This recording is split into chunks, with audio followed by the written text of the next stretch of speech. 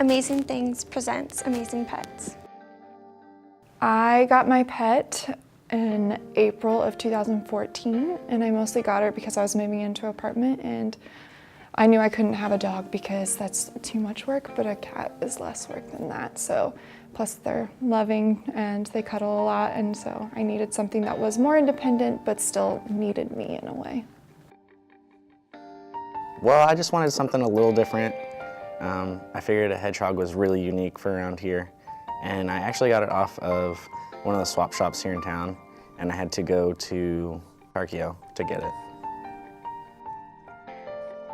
I just went to the store with my sister and we were thinking about it. We were just looking at some of the rats, and then next thing I know, we saw a pair of really cute rats and we left with them. So I chose to get a dog because my boyfriend and I have been dating for about 1.5 years now, and we thought it would be a really cool thing to do together. And so we started looking back in about October.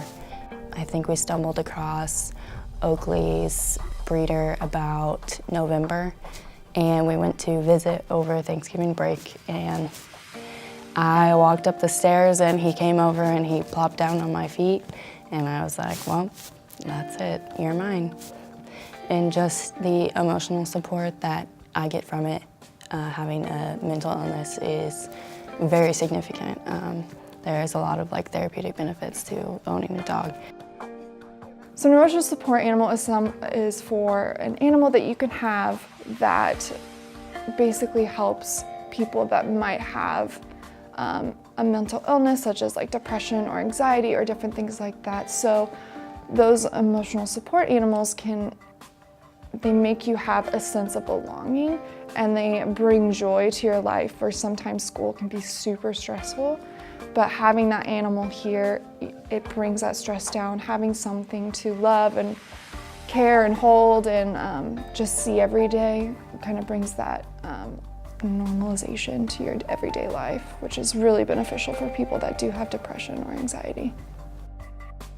I certainly didn't do as much research as I should have. I learned that they definitely shouldn't have a lot of protein in their diet because it makes their backs, their hair, sort of greasy. So that's something I should have looked into. And also that albino rats have worse eyesight than regular rats, and I learned that with my rat Zoe.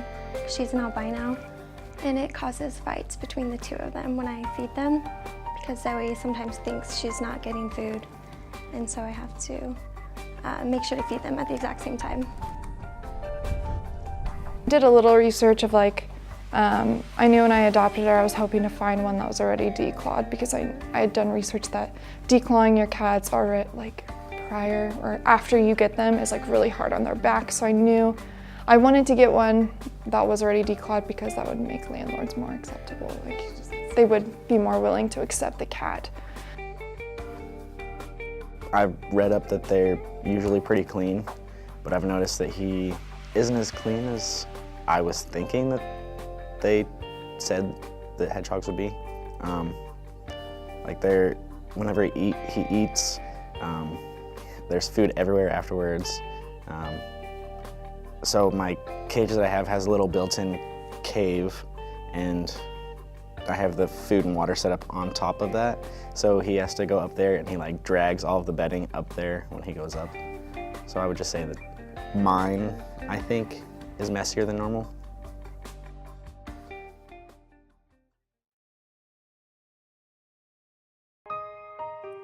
I think that the difference between having a dog of my own now and growing up with dogs is that you really realize how big of a time commitment they are.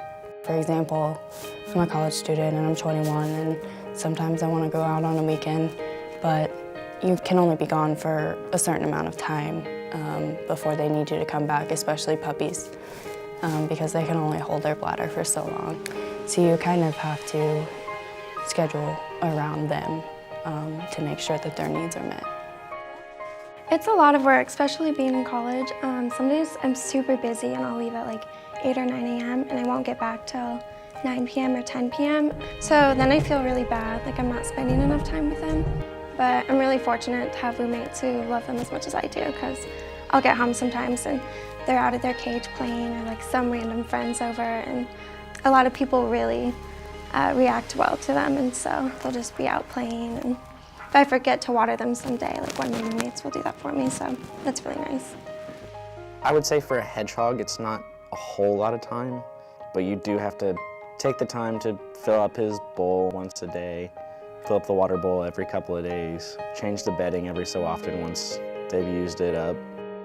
Like I said, she's super independent, so I mean, I'll come home and she'll want some attention, she'll want you to play with her, but it's not like I have to walk her, or I feed her whenever her food is getting low, because she just eats whenever she wants. It's not like I have to feed her at a specific time every day. And like I said, I just clean her litter box, which takes 5 minutes every other day. So the ins and outs of having a dog as a college student are like, it's a huge responsibility. I don't recommend it to anyone who doesn't have the time. The only reason why I considered getting a dog now is because I'm a senior in my last semester and I don't have a lot of class. I have the time. You know, you have to think about the cost of food. He's a very large dog. The cost of food, it's about $45 a bag. You have to think about vet bills, which you think, oh, my dog, like, I'm gonna take care of him, he's gonna be healthy. Like, it doesn't really matter what you do, you're still gonna have those instances. For example, Oakley has been having some skin conditions, and we've spent probably about $250 at the vet in the past month. And so it's very financially straining, so you have to make sure that you have a job or something that you can provide for them. It's definitely a big time commitment. I would say about as much as having like a dog in a sense, because although like they spend half the day in the cage, you definitely have to let them out at least a couple hours a day. They're very social, and then you have to take time to clean their cage at least like once a week or once every week and a half. Otherwise it gets pretty gross, and then my roommates don't like me so much. So yeah, it can be a big time commitment, especially since you have to watch them when you let them out. Otherwise they'll just kind of like chew up your things.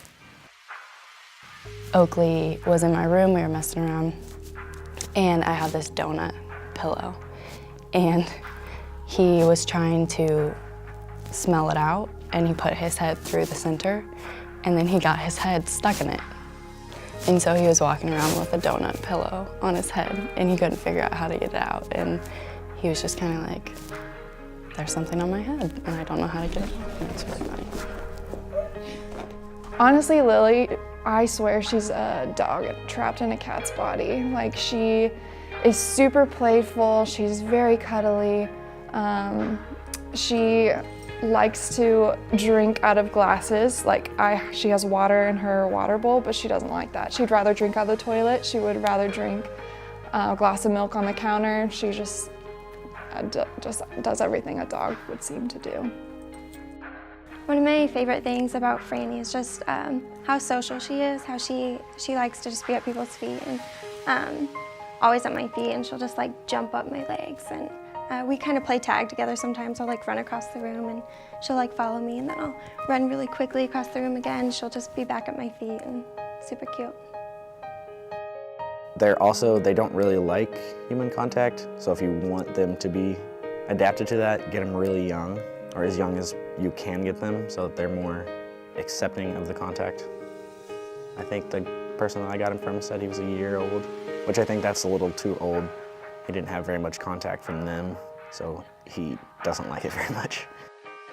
It's really nice to have Lily be my own, just because she loves me more than anyone else. Like, because I do provide food for her, I do clean her litter box and all that stuff. Like, she knows that I'm the person that takes care of her, so she's more affectionate towards me than anyone else. So I think it's really awesome to have something love you so much and like love other people, but really love you the most. Having a pet is just a nice thing, because you kind of forget what it's like just to have another little being, just like they're your friend. And some days I'll come home and let them out, and I don't expect anything of it. Just kind of try and let them have some fun time under their cage. And Franny, who's like a social butterfly, will just start like jumping on me and trying to get my attention. And she always has to be at everyone's feet. And it's just super cute. It's like the little things. And we'll feed them, and she'll just like jump across the room and go hoard like a cracker or something and come back, and just she'll kind of like nibble at your nose or something. So the benefits of having a dog in college are amazing. I mean, just to come home and to have a tail wagging at you when you walk through the door. And you know, I saw this quote, it's like, your dog spends his whole life just waiting for you to come home.